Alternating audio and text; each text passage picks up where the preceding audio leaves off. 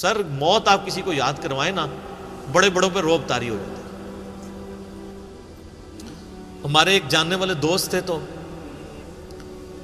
دعوت و تبلیغ کے کام میں یعنی جڑے ہوئے تھے، تو ان کو کچھ ایجنسیز کے لوگوں نے نا اٹھایا، وہ خام خواہ ایک شک کی بنیاد پر انٹرویو کرنا شروع کیا۔ تو انہوں نے کہا یہ آپ دین کا کام کیوں کرتے ہیں، کیا ضرورت ہے؟ تو اب آپ کسی ایسے بندے سے یہ بات پوچھ رہے ہو جس کو یہ پتہ ہو کہ میں نے مر کے اپنے رب کے حضور پیش ہونا ہے اور میرے نفع نقصان کا مالک اللہ ہے۔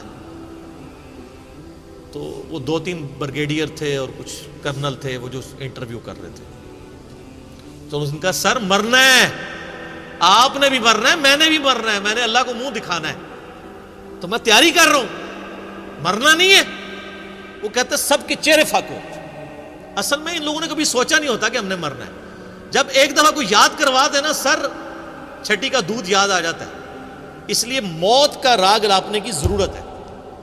چوراہوں پہ کھڑے ہو کے، چھتوں پہ چڑھ کے ایک ہی بات کرنے کی ضرورت ہے کہ مرنا ہے۔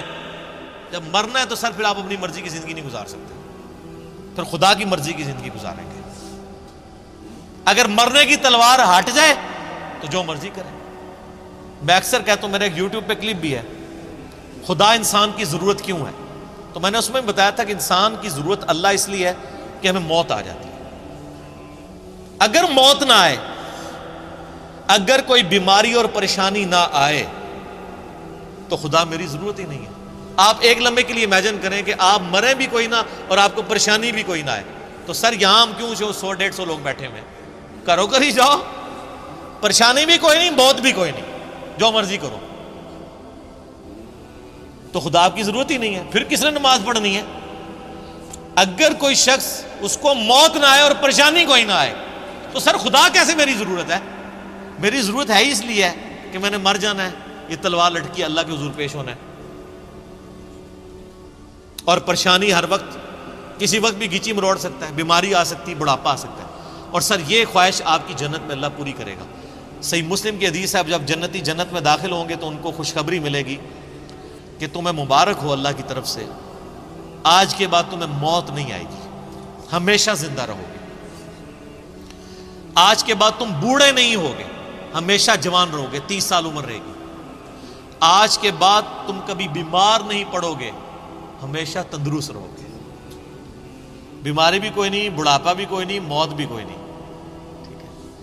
آج کے بعد تم کبھی بدحال نہیں ہوگے، ہمیشہ خوشحال رہو گے۔ اور ایک اور حدیث کے اندر بخاری مسلم کی 5ویں چیز بھی یہی ہے کہ آج کے بعد تمہارا رب تم سے کبھی ناراض نہیں ہوگا، ہمیشہ ہی راضی رہے گا۔ دنیا میں انسان کی ٹینشن کیا ہوتی ہے؟ یار یہ کیا اللہ ناراض نہ ہو جائے۔ جنت میں کوئی ایسا کام نہیں جس سے اللہ ناراض ہوتا ہو، ہر کام ہی ایسا ہے۔ دنیا میں سونا حرام، آخرت میں حلال۔ دنیا میں 4 سے زیادہ بیویاں کرنا حرام، آخرت میں بے شمار۔ دنیا میں ریشم حرام، آخرت میں حلال۔ دنیا میں نماز فرض، آخرت میں کوئی نہیں۔ دنیا میں پخانے کی کمزوری، بخاری مسلم میں حدیث ہے، آخرت میں انسان کھائے گا ایک خوشبودار ڈکار آئے گی، ڈکار بھی خوشبودار، سب کچھ ہضم، کوئی پخانا نہیں۔ تو کوئی تکلیف جس چیز کا نام ہے نا وہ جنت میں نہیں ہے۔